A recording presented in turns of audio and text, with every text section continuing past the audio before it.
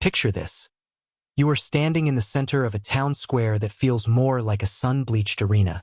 The dust, fine as powdered bone, coats your worn traveling dress and clings to the back of your throat. This is Redemption Gulch, a name that drips with a bitter irony you can already taste. You are Ilara, and every eye in this town is on you, dissecting you, judging you. They are vultures, and you are the last scrap of hope on a long-dead trail. You arrived on the morning stagecoach, a mail-order bride clutching a small, battered suitcase that holds the entirety of your world. You came here seeking not a fairy tale, but a foothold, a simple chance to escape the destitution that swallowed your family back east. The man who sent for you, the man whose name is on the letter folded in your pocket, is Mayor Thompson.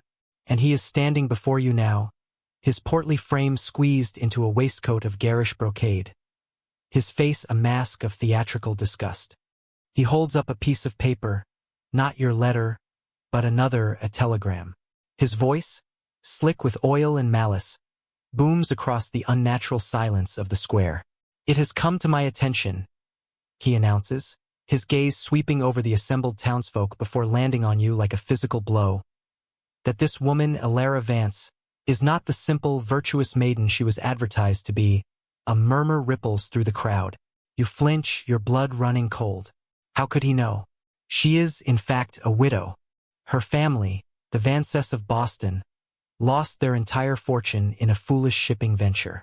She comes here not as a hopeful bride, but as a desperate pauper, tainted by misfortune and loss. He crumples the telegram and throws it into the dust at your feet. This town, my town, does not accept used goods. The words hang in the air, sharp and cruel. Used goods. The label sears itself into your soul. The crowd's murmuring turns to snickers and whispers of scorn. You are branded, humiliated. Your last ember of dignity is being stomped out on the grimy floor of this public stage. You stand frozen, a statue of despair, your eyes staring sightless at the burning sky. There is nowhere to run, nowhere to go. You are utterly, terrifyingly alone. But then a shadow falls over you. From the edge of the crowd, a man moves with a silence that commands more attention than the mayor's blustering. He is tall and broad-shouldered, dressed in simple, durable rancher's clothes. A dark hat is pulled low, but you can see the hard line of his jaw and a faint, silver scar that runs from the corner of his left eye down his cheek, a permanent memory of some past violence. He stops directly in front of you, placing himself between you and the sneering mayor. The crowd goes silent again, this time with attention that is thick with apprehension. This is Silas, the man from the high country ranch, the recluse, the one they whisper about but never approach. He doesn't look at the mayor. He doesn't look at the crowd. His eyes, the color of a stormy sky, find yours.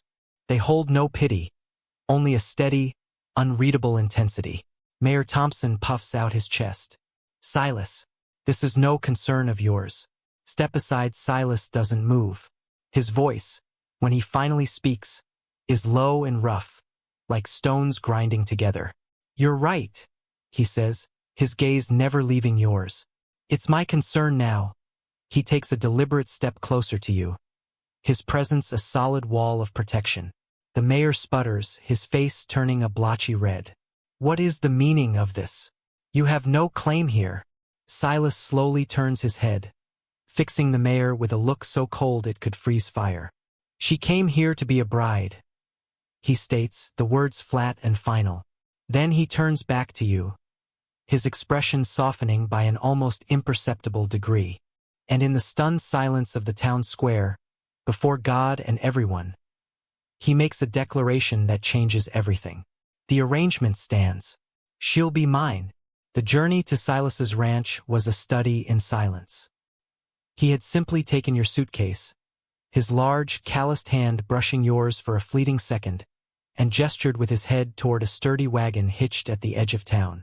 You followed, your legs moving on instinct, your mind a whirlwind of confusion and a fragile, burgeoning gratitude. The town of Redemption Gulch receded behind you, its scornful whispers swallowed by the vast, indifferent expanse of the high desert.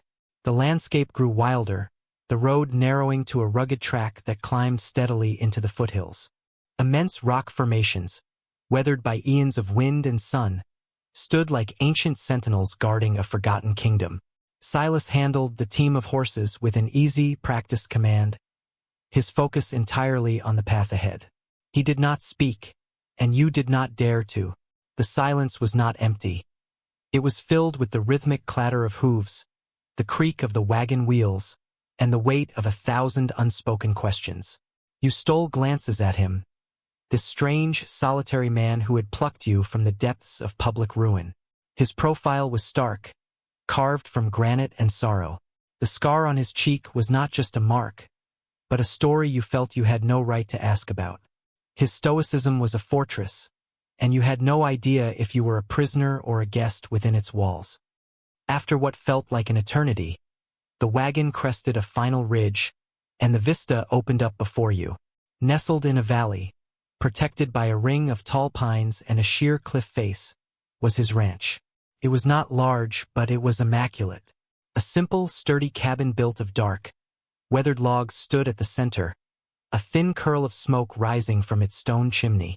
A well-kept barn, a series of fenced-in corrals, and a small, tidy vegetable patch completed the scene. It was a place of profound solitude, a sanctuary carved out of the wilderness. It was a reflection of the man himself, self-sufficient, isolated, and fortified against the outside world. Silas brought the wagon to a halt before the cabin and finally turned to you. "This is it," he said, his voice still low and gravelly. It was not a welcome, merely a statement of fact. He climbed down and came around to your side, offering a hand to help you down. His grip was firm, steady, and surprisingly gentle. For the first time since arriving in this harsh land, you felt a flicker of safety. The first days were an awkward dance of proximity and distance. Silas showed you to a small, clean room at the back of the cabin. It had a simple bed with a handmade quilt, a washstand, and a window that looked out onto the whispering pines. "You'll be safe here," he had said, his back already turned as he left you to your privacy. He never explained his actions in the town square. He never spoke of the mayor. He treated you with a formal, almost rigid respect that kept a chasm of space between you. He would rise before the sun, and the smell of coffee and the sound of his boots on the floorboards would be your alarm clock. He would do his chores, tending to the horses, mending fences, working the land, with a relentless, solitary focus. He ate his meals in silence, his eyes fixed on his plate. You, in turn, tried to make yourself useful. Your mother had taught you to run a household, and you fell back on those familiar rhythms as a way to anchor yourself. You cleaned the cabin until the wooden floors gleamed. You took over the cooking, transforming his simple rations of bacon and beans into savory stews and fresh-baked bread. You found a forgotten patch of earth behind the cabin and began to tend to it, coaxing life from the stubborn soil, planting the few seeds you'd found in the pantry. These small acts were your language, your way of saying thank you when words felt inadequate and intrusive. Slowly, almost imperceptibly, a shift began to occur. One evening, you looked up from your mending to find him watching you, a strange, unreadable expression in his stormy eyes. He quickly looked away, but the moment lingered in the air. A few days later, you were in your new garden, struggling to dislodge a large rock. Suddenly, his shadow fell over you. Without a word, he reached down, his powerful arms easily lifting the rock and tossing it aside. He grunted a quiet, "There," and walked away before you could properly thank him. But that night at dinner, he spoke. "The stew is good," he said, not quite meeting your eyes. It was only 4 words, but they felt like a chapter. You felt a blush rise to your cheeks. "Thank you, Silas," he merely nodded. But the silence that followed felt different. It was less of a wall and more of a shared space. You started leaving a fresh cup of coffee on the porch railing for him in the mornings. He started leaving wildflowers on the kitchen table, their vibrant colors a stark contrast to the muted tones of the cabin. One afternoon, a storm rolled in from the mountains, sudden and violent. The sky turned a bruised purple, and the wind howled like a grieving animal. Rain lashed against the cabin, and thunder cracked overhead, shaking the very foundations of the small building. You had always been afraid of storms, and you sat by the hearth, wrapping your arms around yourself as the cabin was plunged into a premature twilight. Silas came in from the barn, soaked to the skin, his face grim. He saw you huddled by the fire, your knuckles white. He said nothing, but instead of retreating to his usual stoic silence, he pulled a chair closer to the fire and began to clean his rifle, the methodical, repetitive clicks of the metal a strangely comforting sound in the chaos of the storm. "It'll pass," he said quietly after a long while. "Storms always do." You looked at him, at the deep-set sadness that seemed to permanently reside in his eyes. "Are you ever afraid, Silas?" The question was out before you could stop it. He paused in his work, his hands stilling. He stared into the flames, and for a moment, the fortress around him seemed to crumble, revealing the wounded man within. "I used to be," he said, his voice barely a whisper, "afraid of losing what I loved." He looked up, and his gaze met yours, raw and vulnerable. "I had a wife, a daughter. The fever took them both one winter. I couldn't stop it. I was a lawman then. I could face down a man with a gun, but I couldn't fight a shadow in the air. The confession hung between you, a fragile and sacred offering." In that moment, he was no longer just the stoic protector. He was a man who had loved and lost, a man who had built a fortress of solitude around a broken heart. You felt tears well in your eyes, not of pity, but of a profound, aching empathy. You didn't offer empty platitudes. You simply nodded, a silent acknowledgement of his pain. The storm raged on outside, but inside the small cabin, something had broken open, clearing the air and allowing a tentative, fragile light to finally shine through. The tentative peace that had settled over the ranch was as delicate as a spider's web, and just as easily torn. The world of Redemption Gulch, with its greed and its cruelty, had not forgotten them. Mayor Thompson was not a man to suffer a public slight. His power was built on a foundation of fear and absolute control, and Silas's open defiance had struck at the very heart of that foundation. The mayor's retaliation began not with a bang, but with a series of insidious whispers that trickled up from the town. The first sign was the supply man from Redemption Gulch, a nervous, twitchy fellow named Peters, who suddenly refused to make the trek up to the ranch. "Sorry, Silas," he'd stammered, meeting Silas's gaze for only a second before his eyes darted away. "The roads become unreliable, and the mayor's advised against it. For my own safety, you understand." Silas understood perfectly. The mayor was beginning to squeeze, to isolate them, cutting off their lifeline to the world below. Silas said nothing, just turned his wagon around and made the longer, harder trip to a different settlement 2 days' ride away. But the message was clear. They were being encircled. Then came the legal manipulations. A man in a dusty suit, a lawyer dispatched from the mayor's office, rode up to the ranch one afternoon. He carried a briefcase and an air of smug authority. He didn't dismount, but unrolled a scroll of paper with a flourish. "Silas," he began, his voice condescending, "I am here on behalf of the township of Redemption Gulch. It has come to our attention that your claim to this land, specifically the northern pasture bordering the creek, is questionable." He went on, spouting a stream of legal jargon about deeds, surveys, and territorial bylaws, all of it a transparent fiction designed to harass and intimidate. Alara watched from the doorway of the cabin, her heart sinking. She saw the muscle in Silas's jaw tighten, his hands clenching into fists at his sides. "This land was my father's," Silas said, his voice a low growl, "and his father's before him. The deed is filed and clear." The lawyer simply smiled, a thin, unpleasant line. "Deeds can be challenged, my friend, especially when a man makes an enemy of progress. The mayor has plans for that creek. It would be a shame if your questionable claim stood in the way." He rolled up his scroll and tipped his hat with mock politeness. "You'll be hearing from us." The psychological warfare escalated. One morning, Silas found the fence to the horse corral cut, the wires snipped clean through. His prized stallion was gone. It took him the better part of a day to track the animal, which he found miles away, deliberately led into a box canyon. Another time, Ilara went to the well to draw water and found the bucket coated in a foul-smelling oil, the water below tainted and undrinkable. They saw shadows at the edge of the treeline at dusk, fleeting figures that would vanish the moment they were spotted. A palpable sense of dread began to hang over the ranch, a constant, low-grade fear that frayed the nerves and stole the quiet comfort they had started to build.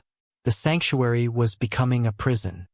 Ilara felt a crushing weight of guilt. This was her fault. She had brought this darkness to Silas's door. He had been living his solitary, peaceful life before she had arrived, a ghost in the town square.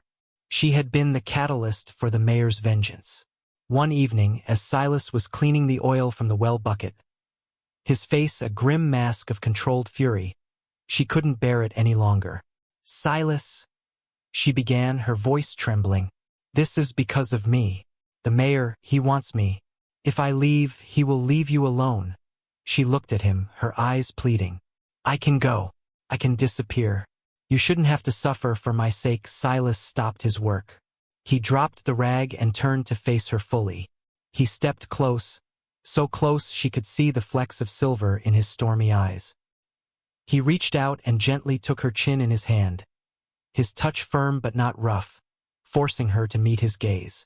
The fury she had seen in his face was gone, replaced by an astonishing, fierce protectiveness that took her breath away. "Listen to me, Ilara," he said, his voice low and intense. "You are not the cause of this. You are the reason I fight it. That man's evil is his own. It was always there, festering under the surface. You just gave it a name." He shook his head slowly. "You think your leaving would save me? You are what saved me. Before you came, this cabin was just timber and stone. A place to hide. You made it a home." His thumb stroked her jawline, a feather-light touch that sent a shiver through her. "This is your home now," he said, the words a solemn vow. "No one will take you from it. And no one will take you from me." In that moment, the last of the walls between them crumbled into dust. He was no longer just a protector. He was her partner. And she was no longer a burden. She was his cause. They were no longer two solitary people sharing a space. They were a unit, bound together against the coming storm. The mayor's patience, a notoriously thin commodity, had finally snapped. His campaign of harassment had failed to break Silas's spirit or drive Ilara away. Instead, it had forged them into a defiant unit, a silent rebuke to his authority that he could no longer tolerate. Frustration curdled into rage. If the law and intimidation wouldn't work, then fire and force would. On a moonless night, when the darkness in the valley was as thick and black as ink, Mayor Thompson and a half-dozen of his most loyal thugs rode out from Redemption Gulch. They were armed not with legal papers, but with rifles and torches, their faces illuminated by the sinister, flickering light, twisted into masks of grim intent. Their goal was simple and brutal: burn the cabin to the ground, seize Ilara, and eliminate the stubborn rancher who stood in their way. Inside the cabin, a tense quiet reigned. Silas had been expecting this. He had seen the signs, felt the shift in the wind. He had spent the last few days fortifying their home, boarding up the smaller windows, reinforcing the door, and placing his rifles in strategic locations. He was not a lawman anymore, but the instincts remained sharp, cold, and deadly. He stood by the main window, peering into the oppressive darkness, a Winchester rifle held loosely in his hands. Ilara was not cowering in a corner. The fear was a cold knot in her stomach, but it was overshadowed by a fierce, protective resolve.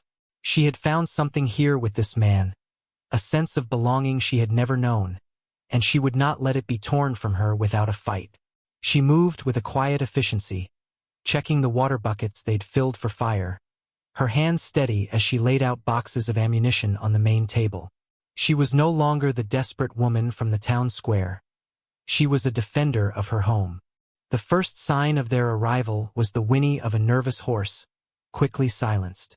Then, the sound of hoofbeats, muffled by the soft earth, growing closer. Silas's voice was calm, cutting through the tension. "Ilara, stay away from the windows. Keep the spare rifle loaded." She nodded. her heart pounding a frantic rhythm against her ribs. She picked up the heavy firearm, its cool metal a solid, reassuring weight in her hands. A torch suddenly arched through the air, a comet of fire that landed on the dry roof of the barn. Flames erupted with a hungry roar, painting the night in terrifying shades of orange and red. Shouts echoed from the darkness. "Silas, we know you're in there. Send out the woman, and we'll let you live." It was the mayor's voice, bloated with arrogance. Silas didn't answer. He raised his Winchester, sighted down the barrel at a shadowy figure moving near the corral, and fired. The crack of the rifle was deafening, followed by a yelp of pain and a curse. The siege had begun. Gunfire erupted from all sides, bullets thudding into the thick log walls of the cabin. Wood splintered near the window, and Alara flinched but held her ground. Silas moved with a deadly grace, firing methodically, not to kill, but to disable, to drive them back. He was a phantom in the dim light, his face set in a grim, determined mask.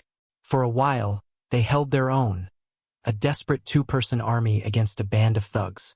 But the fire on the barn was spreading, its light casting long, dancing shadows, making them clearer targets. The heat was becoming intense, and the smell of smoke was thick in the air. The mayor's men grew bolder, advancing under the cover of the flames. It was a matter of time. Hope was beginning to dwindle.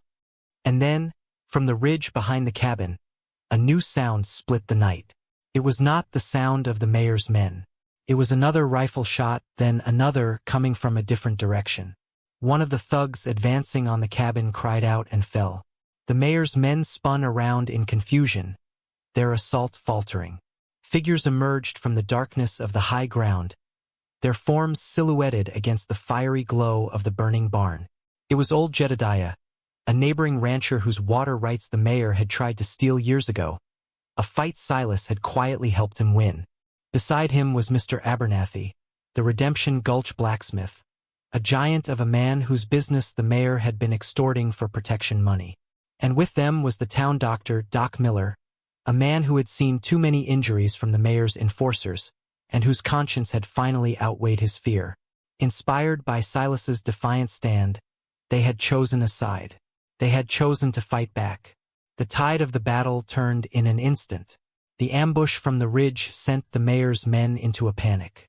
Caught in a crossfire, their courage, which had been fueled by numbers and the cover of darkness, evaporated. They broke and ran, melting back into the night, leaving a furious and bewildered Mayor Thompson standing alone in the firelight. Silas stepped out of the cabin, his rifle still leveled. Abernathy and Jedediah advanced from the other side, their own weapons trained on the corrupt official. The mayor, his face pale with shock and fury, was trapped. His reign of terror was over, not with a legal decree, but here in the dirt and smoke, under the judgment of the very people he had oppressed. The sun rose, casting its clean, golden light over a scene of quiet devastation and profound victory. The barn was a smoldering ruin, a black skeleton against the morning sky, but the cabin stood strong. The air was still thick with the scent of smoke, but it smelled like cleansing, like the aftermath of a fever that had finally broken. Mayor Thompson, stripped of his power and his dignity, was bound and being led away by Jedediah and Abernathy, destined for the justice of a federal marshal in a town far beyond his influence. Doc Miller was tending to a wounded man, his movements calm and professional. A new order was being born from the ashes of the old. Silas stood on the porch, his rifle leaning against the wall, his shoulders slumped with exhaustion. He watched the smoke curl into the blue sky, his face a mixture of relief and weariness. Alara came to stand beside him, her hand finding his. He wrapped his fingers around hers, their hands fitting together as if they were always meant to. They stood in silence for a long time, watching their new, unlikely family set things to right. The silence was comfortable, filled with everything that no longer needed to be said. Finally, Silas turned to her, his stormy eyes clear and deep. The last of the shadows seemed to have receded from them. "Alara," he began, his voice rough with emotion. "When you first came here, I thought I was offering you a sanctuary. A place to be safe. He shook his head, a small, sad smile touching his lips. I was wrong. I was the one who was hiding. This ranch, this solitude, it was my prison. I was a ghost, just like you said, haunting the memory of what I'd lost. He raised her hand and pressed his lips to her knuckles. His gaze was direct, earnest, and stripped of all its former defenses. I didn't just save you from him, Elara. You saved me from myself. You walked into my darkness and you planted a garden. You made me live again. Tears welled in Elara's eyes, but they were tears of joy, of a happiness so profound it ached. And you, she whispered, her voice thick, you looked at a woman the world had labeled as used and worthless, and you saw me. He pulled her gently into his arms, holding her as if she were the most precious thing in the world. I saw my future, he murmured into her hair. I saw my home. They stood together, two broken souls made whole, looking out at the dawn of their new life, a life to be built not from timber and stone, but from courage, resilience, and a love that had bloomed in the most unlikely of deserts. So, let me ask you, what does it truly mean to be used or broken? Is our worth defined by the cruel labels others try to pin on us, or by the strength we find in the face of hardship? How often do we build walls to protect ourselves from pain, only to find we've imprisoned ourselves within them? The world can be a harsh and unforgiving place, quick to judge and slow to forgive. But sometimes all it takes is one person to see past the scars, past the reputation, past the fear, and recognize the truth of who we are. Sometimes our greatest salvation is found in the act of saving another. If this story of redemption, courage, and finding family in the most unexpected of places touched your heart, let us know in the comments below. What part of Elara and Silas's journey resonated with you the most? Don't forget to like this video and subscribe for more stories that prove that our true value is not in what we've lost, but in the love we are brave enough to build.